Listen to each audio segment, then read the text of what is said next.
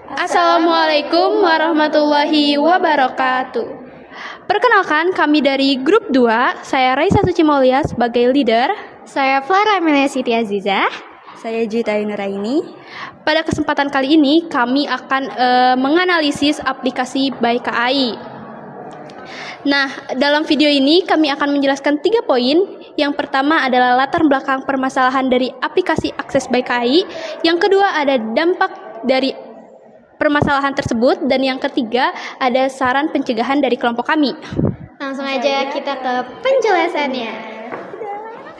Pada bagian pertama, saya akan membahas mengenai permasalahan keamanan pada aplikasi Akses By KAI sebagai layanan digital PT Kereta Api Indonesia. Akses By KAI digunakan untuk pemesanan tiket e-boarding pass, pembatalan, reschedule, serta penyimpanan riwayat perjalanan. Seiring meningkatnya digitalisasi layanan, muncul 2 permasalahan utama. Yang pertama yaitu Information Security Problem. Permasalahan ini berkaitan dengan risiko keamanan data pengguna setelah adanya isu serangan siber pada sistem KAI. Walaupun pihak KAI menyatakan data aman, pengguna tetap merasa khawatir karena tidak mendapatkan penjelasan langsung melalui aplikasi. Lalu yang kedua, permasalahan Application Security Problem. Proses login aplikasi ini tuh masih tergolong sederhana karena OTP ini hanya ada kalau misalkan bikin akun atau registrasi. Jadi kalau misalkan kalian udah bikin akun, terus kita login di perangkat pertama, kita mau login di perangkat kedua, otomatis di perangkat pertama itu akunnya otomatis terlog out. Jadi nggak ada pemberitahuan kalau misalkan akun ini tuh login di perangkat baru. 2 permasalahan ini menjadi fokus analisis kami.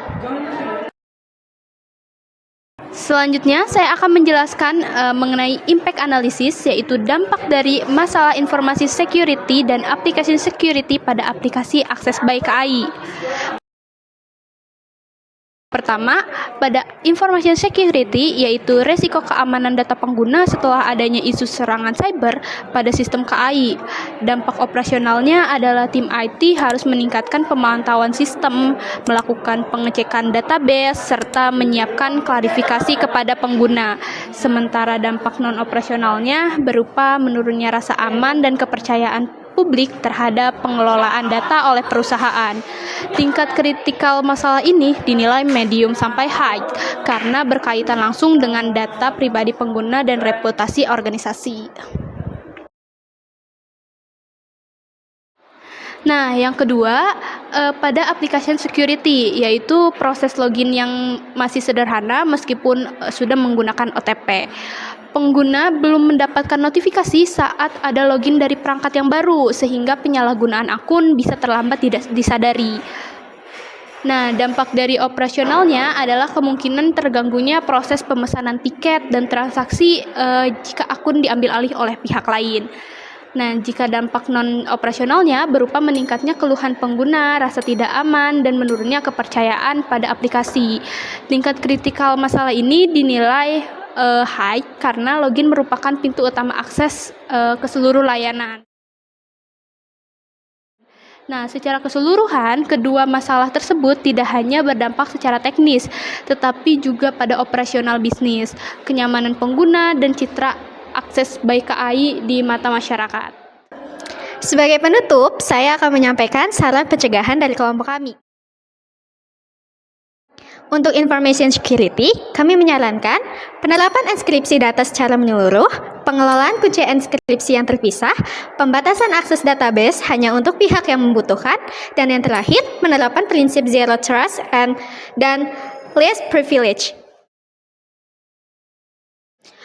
Untuk application security, kami menyarankan pertama, penerapan multifaktor authentication, kedua, notifikasi saat login dari perangkat baru, pembatasan jumlah perangkat aktif, penggunaan biometrik serta sidik jari atau Face ID, deteksi perilaku login yang mencurigakan.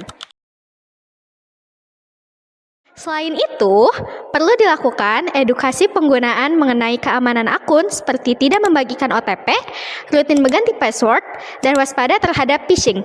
Dengan langkah-langkah preventif tersebut, diharapkan keamanan informasi dan keamanan aplikasi Access by KAI dapat meningkatkan serta kepercayaan pengguna dapat terjaga.